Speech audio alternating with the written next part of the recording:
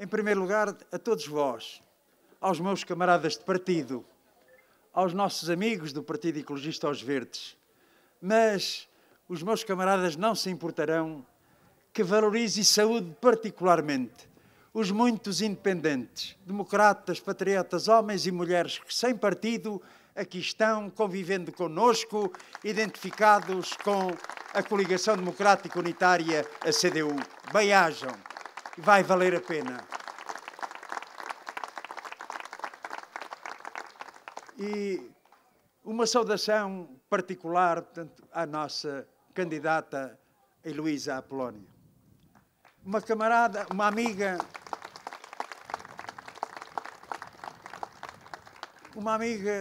que na Assembleia da República tem demonstrado as suas qualidades. Mas eu chamo a atenção particularmente para uma questão que consideramos central. A Heloísa não teria nenhum problema em integrar as listas do PEV, da CDU, para ser eleita com conforto, com segurança, pois esta candidata, que teria esse lugar garantido, resolveu concordar connosco nesta ideia de vir aqui encabeçar a lista de Leiria, porque no momento em que dissemos que queríamos reforçar as nossas posições onde elegemos, mas também, de forma audaciosa, tentar eleger nos sítios onde não temos deputados, pois a Heloísa Apolónia trocou o certo pelo incerto, em termos de resultados. Mas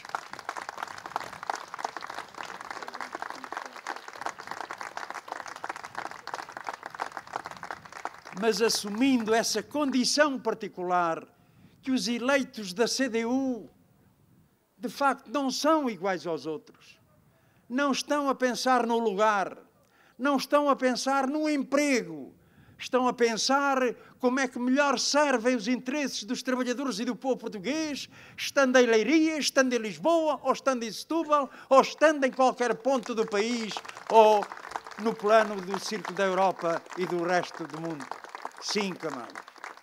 Esta é uma marca da diferença que devemos valorizar. E por isso a saudamos, na certeza de que o nosso grande coletivo vai contribuir para que este objetivo ambicioso, arriscado, entre aspas, em que vamos travar a batalha, se concretize com êxito.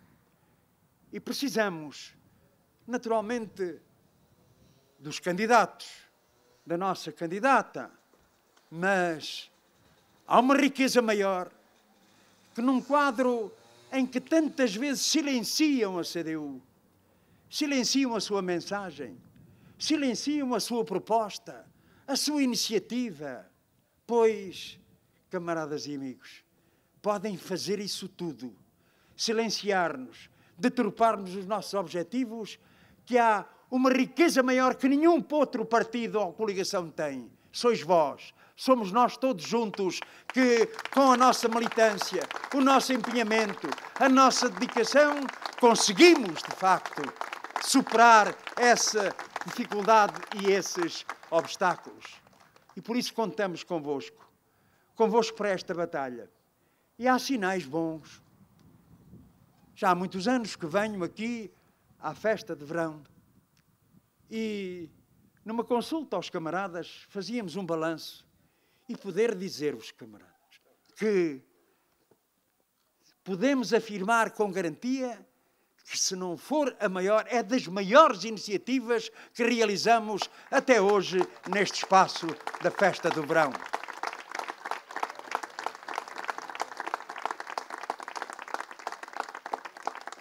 Tem, de facto, significado. Quer dizer alguma coisa, com certeza. E eu creio que esta dinâmica que estamos a criar, não digo que consigamos criar uma onda, mas devíamos tentar para, em torno deste objetivo da eleição de Heloísa Apolónia, podermos ter uma voz aqui no Distrito que transmita na Assembleia da República os problemas, as aspirações, os interesses de toda a população do Distrito de Leiria. E fazemos-lo com a consciência tranquila, porque não elegemos deputados aqui já há muitos anos, nunca deixámos cair essas preocupações, essas aspirações, esses problemas que, tal como no resto do país, também aqui se verificam em Leiria. Não tínhamos deputados eleitos, mas tínhamos uma ligação muito profunda ao distrito. E eu creio que isto tem um grande significado, porque há forças que elegem aqui no distrito de Leiria. PS, PSD, CDS, Bloco de Esquerda. Mas devia ser à altura da prestação de contas. O que é que andaram a fazer durante 4 anos? O que é que fizeram de realização, de proposta, de acudir aos problemas, de corresponder a esses sentimentos, às dificuldades das populações do distrito de Leiria? Que fizeram? Que prestação de contas querem fazer? Houve aí algumas vozes que dizem, perante o impacto desta candidatura da Heloísa Apolónia, que dizia, não é cá do distrito. Pois, camaradas e amigos, o grupo parlamentar do PCP e do PEV podem honrar-se em momentos fundamentais, designadamente na questão dos incêndios, nas questões do apoio à agricultura, aos pescadores, à população, aos reformados, aos trabalhadores. Havia uma voz que, não tendo aqui expressão eleitoral, tinha expressão política. Nunca abandonamos Leiria por não elegermos. Sempre, mas sempre, acompanhamos os problemas do distrito.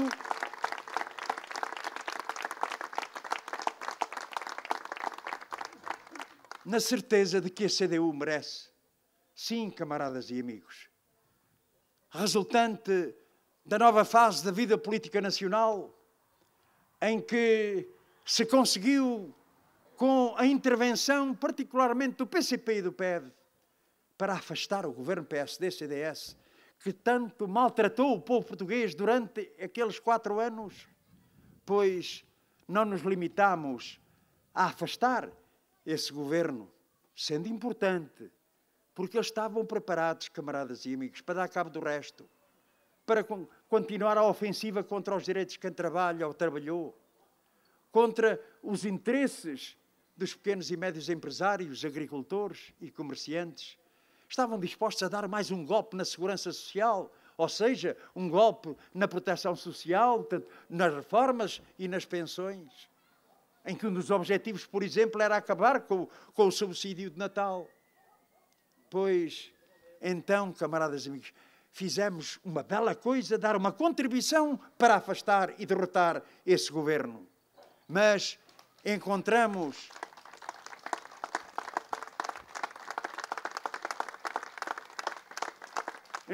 um quadro novo. E foi o PCP que avançou com esta ideia de uma nova solução política. Porque tínhamos um quadro institucional diferente, em que o PS era minoritário e o PSD e o CDS juntos também eram minoritários, em que havia que encontrar uma solução. E o PCP avançou com a proposta que vocês conhecem. E assim se formou um governo minoritário do Partido Socialista. Mas não nos limitamos à procura da solução política. Procuramos também que isso contribuísse para um processo de recuperação, de reposição de rendimentos e direitos. O que veio a acontecer? Sim, falámos do distrito de Leiria, mas falamos do distrito de Leiria e dos reformados e pensionistas aqui do distrito, quando o próprio PS se preparava apenas para dar um toquezinho, portanto um pequeno aumento através da imposição da lei, pois nós dissemos, não chega, é preciso um aumento extraordinário, é preciso uma valorização das pensões e das reformas. E conseguimos que, durante estes 3 anos, se aumentassem 30 euros as reformas e as pensões, recuperando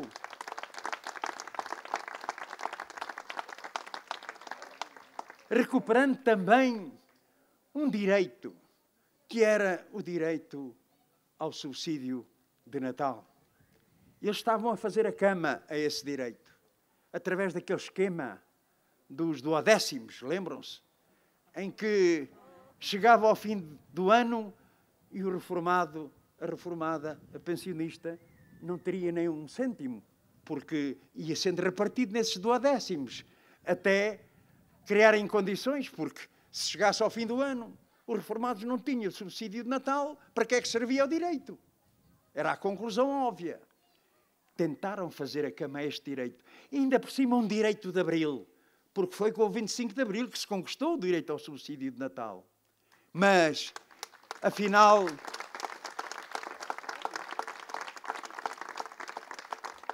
o direito prevaleceu. Mas também, em relação a muitas matérias, como, por exemplo, a gratuitidade dos manuais escolares, o impacto que teve nas famílias, com jovens, com crianças, em que até o 12º ano vai haver gratuitidade dos manuais escolares. Isto era impensável. Aqui, há poucos anos atrás, porque o governo PSD-CDS era o que era, sabíamos, mas os anteriores governos do PS também nunca tinham tido esta preocupação. Insistimos, porque tínhamos um problema. É que esta matéria, por exemplo, não constituía parte do programa do PS, nem do governo do PS. Então foi a nossa iniciativa, a nossa persistência, a nossa determinação, a nossa fundamentação que levou à concretização dessa grande conquista que foi a gratuitidade dos manuais escolares. Tal como também a bonificação dos abonos de família. Tal como poderíamos dizer em relação aos subsídios de desemprego, aos desempregados que tinham uma taxa de corte. Mas também mesmo em relação aos pequenos e médios empresários. Nós temos ouvido, ainda Rui Rio recentemente dizia, o PCP é inimigo das empresas. Pois, curioso, é que o PCP foi o único partido que levou ao abaixamento dos impostos para as micro, pequenas e médias empresas, designadamente através do abaixamento do IVA da restauração, através do fim do pagamento especial por conta, que permitiu a muitos pequenos e médios empresários garantirem melhor o seu próprio futuro.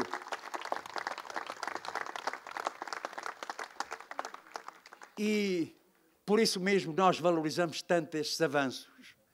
Avanços que poderiam ter ido mais longe se o Partido Socialista não fizesse opções e escolhas que não acompanhamos e criticamos. Um Partido Socialista que continua amarrado às submissões e às imposições da União Europeia e do euro. Um governo do PS que tem as mãos tão rotas para encharcar a banca e os banqueiros com milhares de milhões de euros e que depois vem dizer que não se pode dar um passo maior que a perna porque não há dinheiro para a saúde, não há dinheiro para a educação, não há dinheiro para a valorização do trabalho e dos trabalhadores, mas para esses senhores que têm elevado a situação da banca para situações dramáticas, aqui está, sempre mãos abertas e já lá vão cerca de 20 mil milhões de apoio ao sistema financeiro. Esta é a diferença. Porque, naturalmente, nós consideramos que... Mas porquê é que há de impor o déficit zero? É a grande bandeira do governo. O déficit zero. Deviam dizer outra coisa. É que para o déficit zero ser uma realidade, não há dinheiro para o investimento, não há dinheiro para acudir aos serviços públicos, porque, naturalmente, o dinheiro não estica. Se dão ao banco e aos banqueiros, falta depois para acudir àquilo que é fundamental para o nosso desenvolvimento. E por isso, camaradas e amigos, é que temos esta contradição. Avançou-se. Há avanços significativos e nós devemos valorizá-los. Mas não podemos calar que, assim, os problemas de fundo que temos no nosso país continuam por resolver. Déficit demográfico, déficit agroalimentar, déficit energético, déficit de investimento, déficit de produção nacional. E, no entanto, camaradas e amigos, este país tem tanta potencialidade.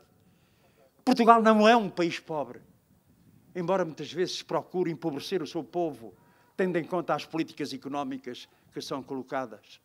Temos tanta potencialidade. Por exemplo, o déficit demográfico. Nascem poucas crianças. Mas porquê é que nascem poucas crianças em Portugal? porque os jovens não querem ter filhos. Não é verdade. Os jovens querem ter filhos, mas deparam-se com os seus vínculos precários, com a falta de apoio social, em que têm muitas vezes que emigrar para procurar tanto rumo à sua vida.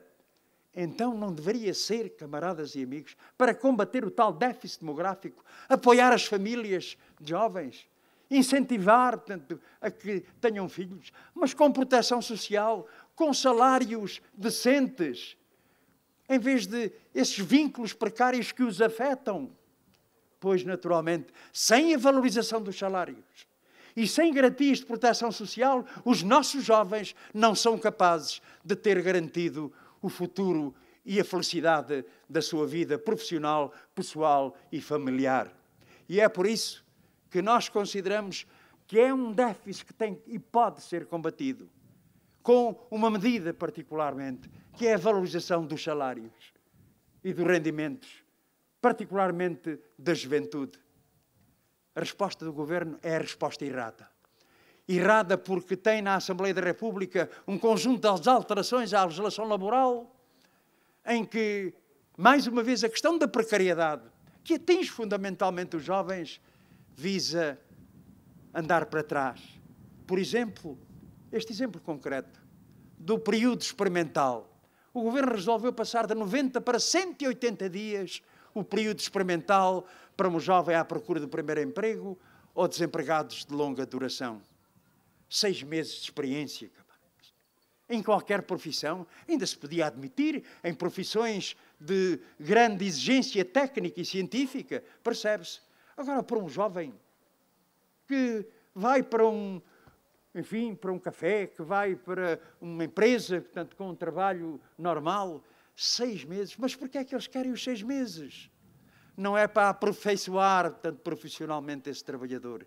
É que durante esses 6 meses, o trabalhador, o jovem, não tem direito nenhum. Nem subsídio de férias, nem subsídio de Natal. Pode ser despedido sem qualquer indemnização. Então, é assim que se incentiva os jovens a ficarem cá no nosso país, a continuarem a acreditar que é com um trabalho profundamente precário que eles encontram solução para as suas vidas. Então o que o Governo PS devia fazer era dar combate a essa precariedade e não propor o seu agravamento, como pretende fazer ainda durante a próxima semana. E é por isso que nós consideramos que é possível combater este déficit demográfico. Tal como é possível, com o aumento da produção nacional, combater o déficit da nossa produção. E, por outro lado, o Governo tem que fazer opções. Porque sempre que se coloca, e sempre que se colocou, o confronto dos grandes interesses económicos com os interesses, particularmente de quem trabalha e trabalhou, o Governo PS, geralmente fez a opção errada. E por isso tem estas alterações à legislação laboral. O PSD está sempre muito preocupado porque o PS se encostou ao PCP e ao BE.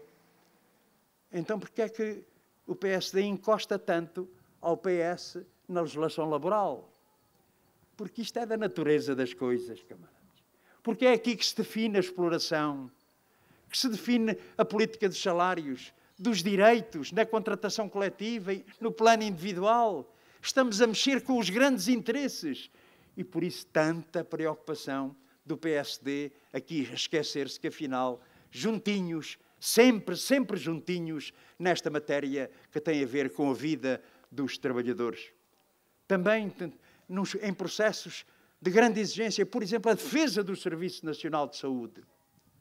Pois nós verificamos que hoje este direito, que a nossa Constituição da República consagra como um direito geral, universal e tendencialmente gratuito, está a ser vítima e prisioneira dos grandes interesses económicos. Sim, camaradas.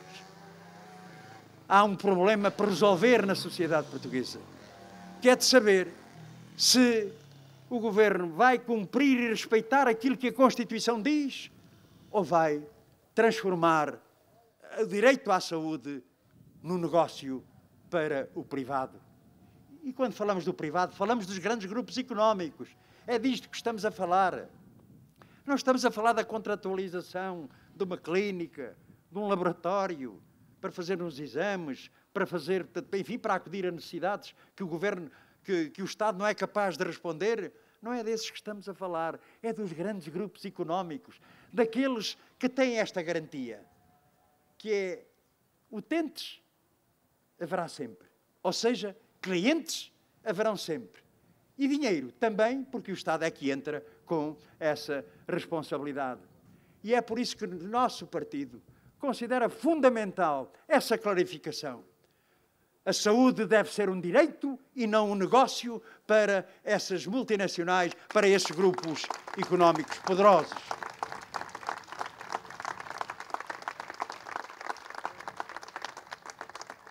E por isso, neste combate agora de aprovação da Lei de Bases da Saúde, nós entramos no processo com esta disposição, que é encontrar uma resposta progressista de revisão da Lei de Bases.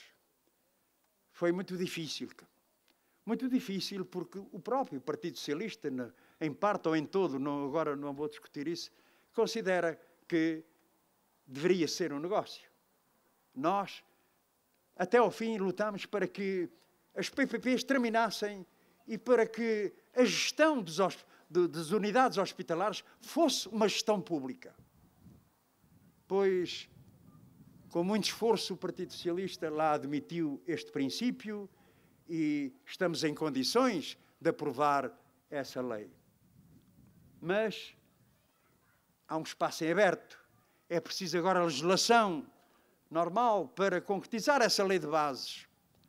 E dá a impressão que há muitos que dizem, bom, fica assim, passa assim, e depois na próxima legislatura logo se vê. Pois aqui está um exemplo concreto, camaradas, da nossa palavra de ordem, que é avançar é preciso, andar para trás não. E não anda para trás.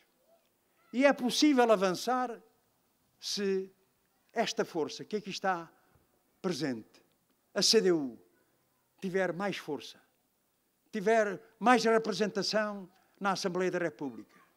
Porque a grande experiência destes quase 4 anos é que demonstrou que foi decisivo e determinante o papel dos grupos parlamentares do PCP e do PEV para conseguir avanços, para conseguir reposição de direitos e rendimentos.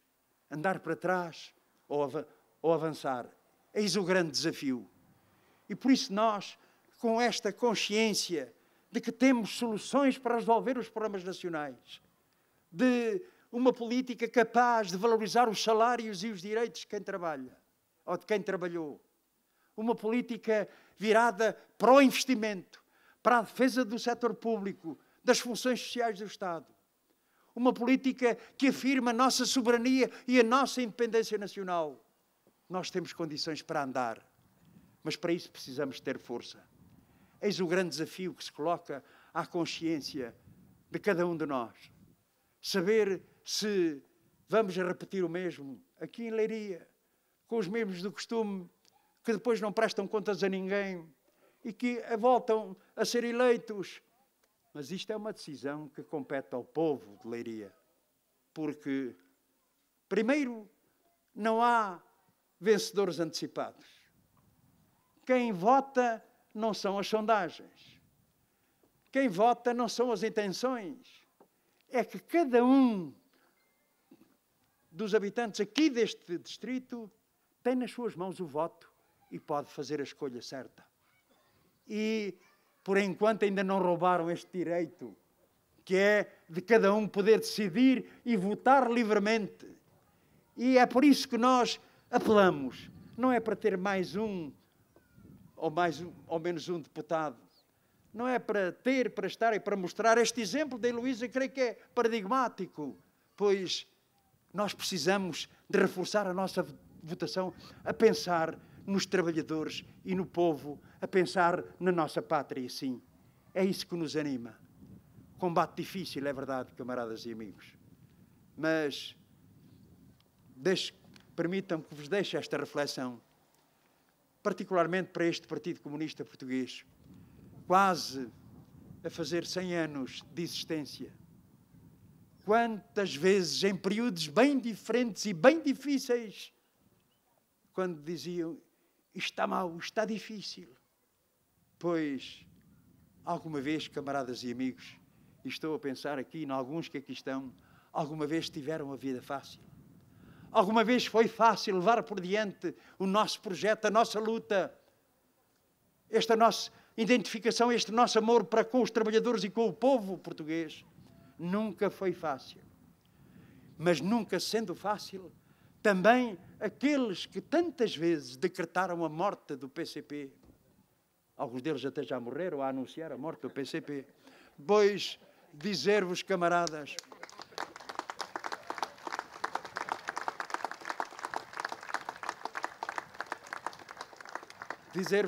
que é uma batalha muito difícil, é verdade, mas naquelas noites das eleições que ocorreu em 2015, falamos da reposição de rendimentos e direitos. Mas o primeiro passo que se deu naquela noite foi a reposição da esperança de que era possível uma vida melhor, que era melhor, era possível para os trabalhadores, para o povo, para os que menos têm, menos tinham, que era possível ter esperança de um futuro melhor. Abrimos essas janelas, abrimos essas portas, pois também no dia 6 de outubro, essa janela de esperança continua aberta, façamos nós o que deve ser feito. Viva a CDU!